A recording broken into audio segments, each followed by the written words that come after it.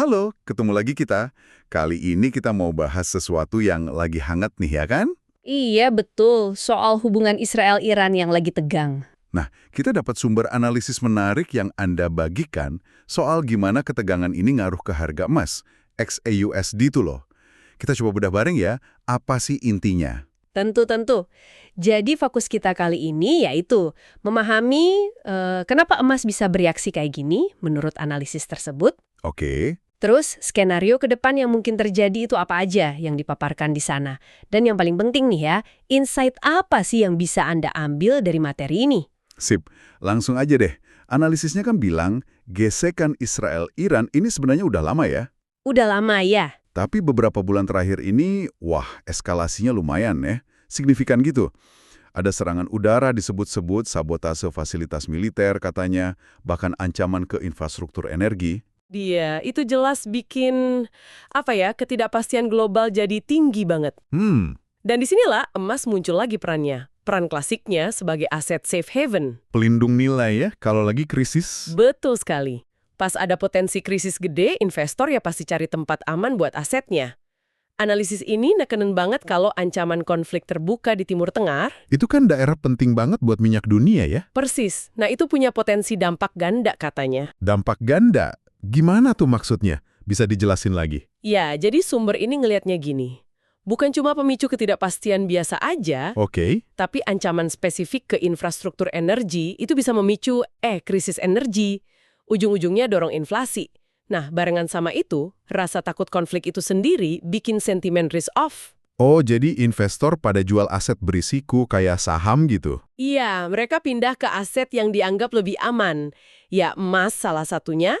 Jadi, ada potensi tekanan dari sisi energi plus pelarian modal, jalan bareng gitu. Wah, jadi kombinasi ya. Khawatir suplai energi sama investor yang main aman. Terus, gimana pengaruhnya ke mata uang? Dolar AS misalnya.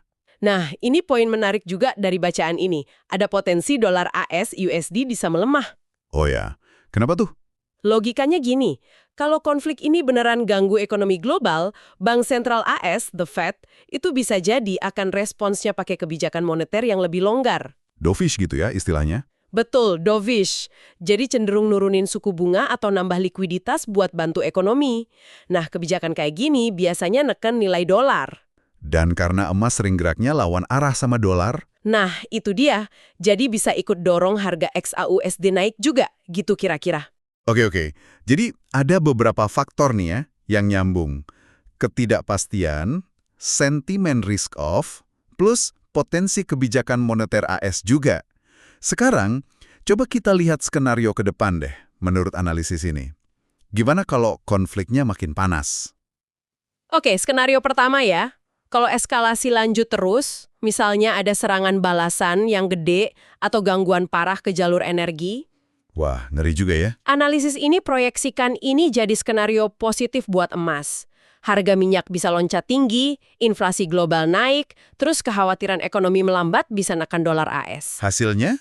Iya, permintaan emas sebagai aset aman bakal naik, harganya bisa kedorong lebih tinggi lagi.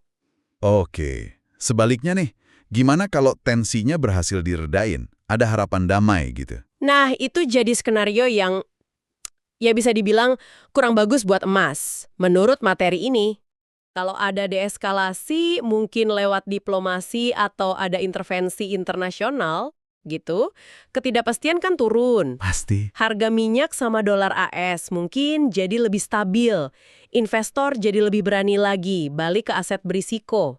Sentimen risk on namanya. Permintaan emas jadi berkurang dong ya? Tepat, permintaan emas sebagai safe haven turun.